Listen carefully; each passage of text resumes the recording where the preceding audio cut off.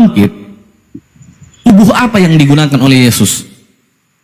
Tubuh kemuliaannya. Tubuh kemuliaan. Kebangkitan. Apakah tubuh kemuliaan dan tubuh kebangkitannya Yesus itu bentuknya apa? Roh atau daging? Daging. Daging. Tubuh. Oke, Ya. tubuh. Kekal atau tidak kekal? Kekal. Kekal. Sekarang kekal. Ketika tubuh kemuliaan itu dikatakan kekal, apakah dia masih mengantuk, masih lapar, masih dan lain-lain? Kalau dikatakan mengantuk lapar, dia tidak mengantuk lapar. Tapi kalau bicara tentang dia makan, dia bisa makan. Loh. Untuk apa dia makan? Dia kekal, dia tidak mengantuk, dia tidak lapar. Dia makan itu mempunyai pesan secara rohani. Saudara, Anda katakan kekal tetapi makan. Kalau dia makan berarti tidak kekal. Apa sih? Di mana dikatakan makan kemudian tidak kekal? Oke, saya tanya Anda, apa definisi kekal? Kekal ya tidak terbatas lah. Tidak terbatas kan? Selama-lamanya. Selama-lamanya. Tak ada perubahan keadaan. Yang tadinya hidup tak mungkin mati. Yang tadinya mati tak mungkin hidup lagi. Itu kekal. Hidup kekal tak mungkin mati. Mati kekal tak mungkin hidup. Ya, itu Tubuh aja. kekal tak mungkin. Tubuh kekal tak mungkin lapar. Tubuh kekal tak mungkin mengantuk. Betul tidak? Loh, kekal seperti itu. Kalau dikatakan kekal, masa dia makan lapar? Lapar itu ada perubahan keadaan. Betul tidak? Tapi apakah tubuh kekal nggak bisa makan? Di mana tertulis? Loh, jelas kekal. Kalau dia makan, untuk apa dia makan? Untuk menunjukkan tentang pengertian rohani tentang hal Yang namanya makan pasti lapar. tidak boleh. Mungkin saya kadang dipanggil Sekarang saya tanya, oke, kalau dia makan, oke. Anda makan kalau tidak lapar, untuk apa Anda makan? Kadang saya harus menghargai seorang yang untuk mengatakan mari makan. Ya, mari makan. Oke. Makan yang sedikit, saya makan Oke, tak masalah. Oke, tak masalah. Anda baca Lukas 24, 41, 43, baca. Ya, mau makan Yesus ya, toh makan Yesus makan. Ya, baca. Ayat berapa, Bang? 41. Lukas pasal lagi percaya. Ya, baca Lukas pasal 24, nomor 41, 42, 43, baca. Maka sedang mereka itu lagi belum percaya, dan sebab sukacita dan herannya bertanya ia kepada mereka itu, adakah kamu menaruh makanan di sini? Lalu diberinya dia akan ikan goreng sepotong. Maka ia pun menyambut lalu dimakannya di hadapan mereka itu. Dia minta makan berarti dia lapar. Yang namanya orang minta makan, adakah padamu makanan di sini? Berarti dia membutuhkan makanan. Entah itu dia lapar atau dia pengen makan. Kalau dia sudah makan karena dia ingin, berarti tidak kekal, saudara. Tertampar lagi oleh Bible. Itu dalam 1 Korintus 2:13. Barang rohani kita bandingkan barang rohani. Tulisan-tulisan ini bukan secara tertulis letterlek. Ngaku aja Tuhanmu makan gambaran rohaninya, Bang. Tuhanmu makan ikan goreng, betul tidak? Iya, bukan. Pada saat dia makan ikan goreng, dia minta tidak? Saya nanya pada Abang. Abang di Firdaus. Saya tanya Anda, pada saat dia makan ikan goreng, dia minta tidak? Minta. Dia Kalau tanya, orang dia tanya gini. Kalau orang minta, oke, sebentar, saudara. Kalau orang minta makan, cuman ada dua kemungkinan. Yang pertama dia lapar, yang kedua dia hanya ingin makan untuk bertahan hidup, betul tidak? Iya, kalau orang manusia biasa, Bang. Loh, dia kan manusia.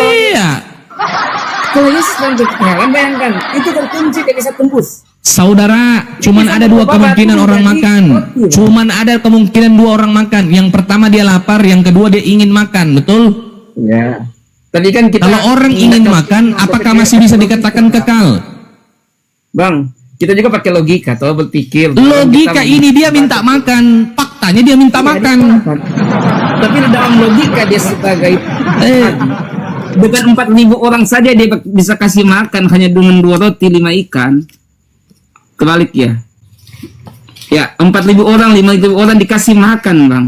Apalagi cuma makanan tentang apa? Ikan goreng ini. Itu secara logika kita berpikir, Bang.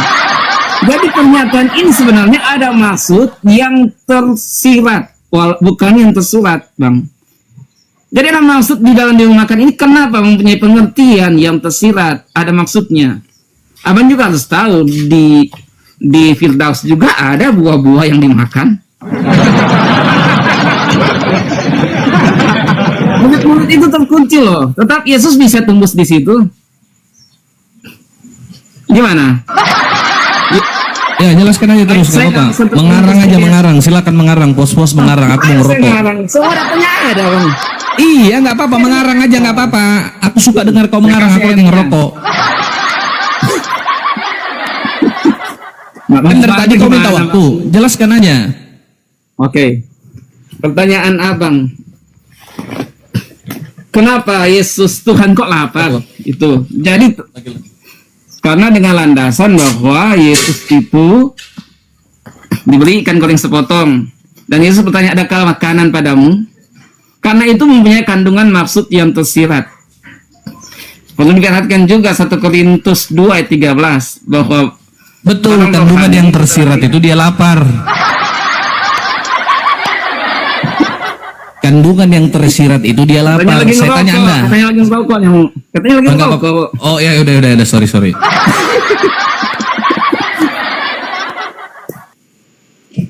Satu Korintus 3 ayat yang ketiga 2 ayat 13 di situ bahwa barang yang dikatakan itu pun bukan dengan pengajaran manusia, melainkan dengan pengajaran roh, sambil membandingkan barang rohani dengan rohani. Jadi tulisan-tulisan itu mempunyai makna pengertian secara rohani atau tersirat. Apa yang dimaksud oleh Yesus? Apa penyampaian yang disampaikan oleh Yesus kepada murid-muridnya? Karena murid-murid itu diberikan mandat oleh Tuhan untuk pergilah kepada sekalian bangsa, jadikan sekalian bangsa itu muridku. Karena itu dijadikan mereka sebagai penjala manusia. Kenapa Tuhan minta makan? Karena dikatakan penjala itu menjala ikan, bukan hanya dijala saja. Wah, ini maksudnya tersirat. Saya ingin katakan itu bukan kawan, semua datanya ada. Bagaimana panggilan mereka itu sebagai nelayan? Tuhan katakan, aku akan menjadi engkau bukannya penjala ikan, tapi sebagai penjala manusia. Betul tidak? Ada suratnya itu. Oke. Jadi menjala ikan bukan hanya dijala saja, tetapi ada proses sampai menjadi ikan. Itu kenapa Tuhan tidak bilang katakan ikan bakar, ikan goreng? Kenapa? Ada proses ikan itu. Demikian juga untuk menjadi pengikut Kristus ada proses yang harus dilalui sampai menjadi apa yang Tuhan inginkan. Itu aja. Ada kan tidak bisa saya jelaskan lebih detail, tapi itulah sederhana pengertiannya. Tetapi dalam diskusi ini Abang nggak bisa bantah bahwa Yesus itu mengutus Nabi, dan Abang mengakui bahwa yang mengutus Nabi itu hanya Allah, dan itu dilakukan oleh Yesus. Abang pastikan siapakah Yesus itu? Dia adalah Tuhan.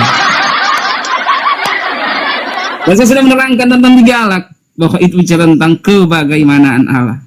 Oke, udah. Mereka satu di dalam hakikatnya. Udah Bang, mulai aja ya. Nah, masuk jadi belum. Kristen, Bang, udah. Oke, sudah belum? Udah panjang lebar saya sudah menjelaskan. Ya, Tuhanmu ini maha tahu tidak? Saya sudah jelaskan tadi bahwa segala kuasa setelah dibangkitkan baik di surga dan di bumi sudah diberikan Allah kepadanya. Tetapi dalam keterbatasannya dalam dia melakukan keterbatasan? Apa yang terbatas? Iya, karena dia kan jadi manusia, Bang. Loh, kata Anda, kalau si ayat 9, secara manusia, kepenuhan jasmani Yesus itu kan dipenuhi oleh Allah. Iya. Karena ya sudah, dia terbatas. Ya sudah, kan berarti secara kedagingan dia ini adalah Tuhan, betul kan? Jadi di dalam kedagingan ini kedagingan, tubuh toh, Bang. Nah, di dalam ini ada roh yang bicara tentang roh. Saudara, yang saya bahas adalah Kolose 2. Dalam Kolose 2, secara jasmania Yesus itu didiami kepenuhan kealahan, betul tidak? Iya, betul. Oke. Secara daging Yesus adalah Tuhan. Nah, Yesus Tuhan. Oke. Yang mati di kayu salib ini manusia apa Tuhan? Kan dikatakan manusia, dia menjadi manusia, Bang. Tapi Yohanes 1:14 tadi loh. Yang mati di kayu salib ini manusia apa Tuhan? kedagingannya, kemanusiaannya matilah. Masa Tuhan Tadi Anda bilang kedagingannya Tuhan. Gimana sih? daging ini kan tetap daging. Dia bisa kelaparan, bisa tertidur. Kalau abang katakan- Kedagingannya Yesus secara jasmania itu berdiam kepenuhan kealahan. Kolose 2 ayat 9, betul tidak? Iya, tapi berarti abang kurang ngerti ya tentang maksud ayat itu. Bukan kurang ngerti, saudara. Oke, tak masalah, saya ikuti. Nggak masalah, oke, nggak apa-apa, Anda bantah. Oke, sebentar. Kita baca. Saudara, oke, nggak apa-apa. Ayatnya aja. Ya, silakan. Gantian dong. Dari tadi Anda sudah bicara. Oke, yang mati di kayu salib manusia apa Tuhan? Jawab dulu. Yang mati adalah kemanusiaannya. Kemanusiaannya Karena Tuhan Yesus. tidak mungkin mati, Bang. Kemanusiaannya Yesus ini Tuhan. Oke, karena Tuhan tidak mungkin mati, betul? Tuhan nggak mungkin mati lah. Iya. Tuhan bisa mati tidak? Tidak bisa. Tidak bisa. Teman-teman dengar ya, Tuhan tidak bisa mati. Tuhan bisa mati Ya, tidak? jangan ambil ayat yang kita Korintus itu bicara tentang apa, Bang? Sebentar dulu. Tuhan bisa mati tidak? Tidak, tapi jangan ambil Oke. kitab Korintus. Sebentar, kenapa terserah saya kitab Anda itu? Bacakan saya 1 Korintus 11:26, bacakan. Ya, itu tuh saya sudah tahu apa maksudnya. Loh iya, bacakan. Kenapa memangnya? Karena tertulis. Ya udah kau baca. Bacakan. Kenapa kau macet? Iya. Baca. Ya dibaca. Baca. Oke. Baca. Aman, 1 Bang. Korintus 11:26, baca. Tunggu saya, Bang. 1 Korintus pasal 11 ayatnya yang ke-26, baca. Mau kau baca Itu satu sekop? bicara tentang iya, konteksnya dari Iya, baca dulu. Baca. Ayat berapa? 11 ayat 26, baca. Ayat 26 ini. Makasih Bang, udah bilang ayat ini. Karena sudah banyak kamu makan roti, nah, itu perjamuan, dan minum daripada cawan ini, kamu menceritakan kematian Tuhan hingga ia datang. Terus Bang? Setiap kamu makan roti dan minum cawan ini, kamu memberitakan kematian Tuhan, betul? Ya, betul. Menurut ayat itu, yang diberitakan kematian Tuhan atau kematian manusia? Oke, kematian Tuhan. Berarti Tuhan mati, betul? Tidak demikian, Bang. Loh, Kalau Korintus, Bang. Gini, Bang. Walaupun di dalam saya jelaskan. Harus tahu tentang sejarah, tentang orang Korintus itu siapa. ini tidak berbicara sejarah masyarakat Korintus. Anda baca satu sekop, tidak akan berubah. Anda baca dari ayat sebelumnya, baca dari ayat 24, 25, 26, Anda baca. Semakin menguatkan dalil itu ketika Yesus termateraikan darahnya di dalam cawan itu. Yang mati menurut ayat itu Tuhan atau manusia? Jujur. Kalau ditulisan secara tertulis ya. Menurut ayat itu yang mati Tuhan atau manusia? Menurut ayat itu yang tertulis Tuhan. Yang mati Tuhan. Ya. Menurut Anda, Tuhan bisa mati tidak? Tidak. Bantah kitabmu, Ten. Boleh saya jelaskan, Bang? Bisa saya jelaskan. Bantah kitabmu, beritakan kehancuran, Bisa, hancur bisa. mina. Boleh lah, bukan saya menjelaskan. Baca. Abang? Ya. Oke. Sidang Jemaat Korintus mengaku Yesus Kristus adalah Tuhan. Jadi pernyataan Rasul Paulus kepada sidang Jemaat Korintus bukan secara tersurat mengatakan, bukan secara mutlak mengatakan bahwa Tuhan yang mati. Tapi di itu sidang Jemaat Korintus tahu bahwa Yesus adalah Tuhan, walaupun yang dimaksud adalah kematian kedagingannya. Oke, yang saya tanya di situ yang mati Tuhan atau manusia? Ya, dituliskan Tuhan karena mereka kenal Yesus itu adalah Tuhan. Oke, yang mati Tuhan apa manusia? Korintus tahu. Menurut ayat itu yang mati Tuhan atau manusia? Bang. Hah? Tuhan. Yang mati Tuhan. Berarti Tuhan bisa Ya. mati tidak? Tidak. Bantah ayat Ten. Wah, jangan potong saya menjelaskan. Bantah ayatmu pendeta. Pak pendeta. Mana pendetanya? Mana saya cuma biasa, Bang. Bantah. Jadi pernyataan Paulus kepada sidang jemaat Korintus. Siapa sidang jemaat Korintus? Sidang jemaat Korintus adalah sidang jemaat yang mengenal Yesus Tak Kristus. ku bahas itu sidang Korintus. Aku tidak membahas tentang perjamuan. Aku tidak membahas perjamuan. Yang Satu kubahas, Korintus, Bang. poinnya, saudara, poinnya adalah Anda baca satu perikop, baca aja satu perikop sekalian, baca perikop, baca satu Saya perikop. tahu itu kan perjamuan. Bang. Iya, baca aja satu perikop, tidak masalah, tidak merubah konteks Jangan, ayat, Bang. Itu sampai 34. Ayatnya sampai 34. tak masalah. Anda baca ayat sebelum dan sesudahnya. Yang diberitakan kematian Tuhan atau kematian manusia, jawab jujur. Kematian Tuhan. Kalau Tuhan dikatakan mati, Tuhan kekal tidak? Kalau Tuhan mati, tidak ada lah Tuhan yang mati. Kenapa ditanya Tuhan kekal? Nah, ada lah Tuhan Tuhanmu mati menurut ayat itu. Konteks ceritanya tidak seperti itu. Oke, tak masalah. Oke. Berarti Anda baca sekarang Roma 14 nomor 9, baca. Belum selesai Tuhan mati, belum saya jelaskan. Loh, ini ku jelaskan. Ya sudah, Roma 14 ayat 9. Kalau Tuhan tak bisa mati, berarti yang mati betul bukan Tuhan.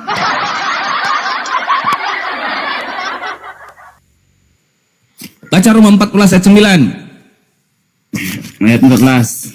Ayat 9 ya. Karena bagi maksud inilah Kristus telah mati dan hidup balik supaya ia memerintah menjadi Tuhan atas orang yang sudah mati dan yang hidup. Terus? Oke, Kristus telah mati dan bangkit. Mati tidak? Iya, mati. Sebagai manusia kan Supaya ia menjadi Tuhan, betul? Itu bukan bicara tentang konteks waktu. Yang mati baik-baik, Pak. Itu bukan bacalah baik-baik. konteks waktu. Ya sudah, bacalah. Karena bagi maksud inilah Kristus telah mati dan hidup balik supaya ia memerintah menjadi Tuhan atas orang yang hidup dan yang orang mati dan yang hidup. Yang mati Tuhan bukan? Yang mati kan Kristus sebagai manusia dalam kemanusiaannya mati.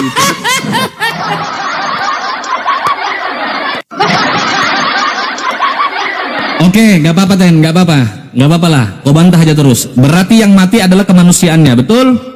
Iyalah. Kemanusiaannya Yesus bukan Tuhan. Loh, kalau di dalam tubuh ini adalah Tuhan, berarti kita Tuhan. Tetapi Berarti kemanusiaan. Iya, kedagingannya Yesus ini Tuhan bukan? Yang mati yang mana? Yang mati kemanusiaan atau bukan kemanusiaan?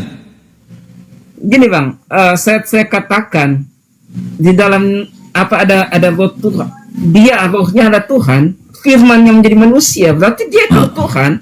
Dan manusia. Tapi kedagingan itu kan tentang keterbatasan yang ada dalam daging ini. Iya, kedagingannya Yesus Tuhan bukan? Pada saat Tuhan lah. Tuhan. Yang mati siapa? Ya Tuhan mati, tapi dalam kemanusiaannya mati. Iya, karena gini Bang, kami orang Indonesia tidak tahu ya, Bang. Dan di sini sudah mengerti yang mati itu adalah kemanusiaannya, tapi kami katakan Tuhan mati karena kami tahu bahwa Dia adalah Tuhan. Itu Bang, kami mengerti kok. Bahwa Yesus itu benar-benar adalah Tuhan. Karena gini, penjelasan Rasul Paulus itu, sidang jemaat Korintus sudah mengerti Yesus itu adalah Tuhan. Kenapa dikatakan mati? Karena mereka sidang jemaat tahu tentang bagaimana Yesus tahu tentang sejarah. Waktunya kan sangat dekat dengan kematian Yesus, lebih 40-an tahun jaraknya. Jadi sama seperti kita bangsa Indonesia, 40 tahun kejadiannya masih kita mengerti lah, masih kita ingat. Misalnya tentang kemerdekaan, ada contoh kemerdekaan. Don, naik dulu Don, naik dulu Don. Doni naik sebentar Don. Itu Queen Fit, naik dulu Don, naik.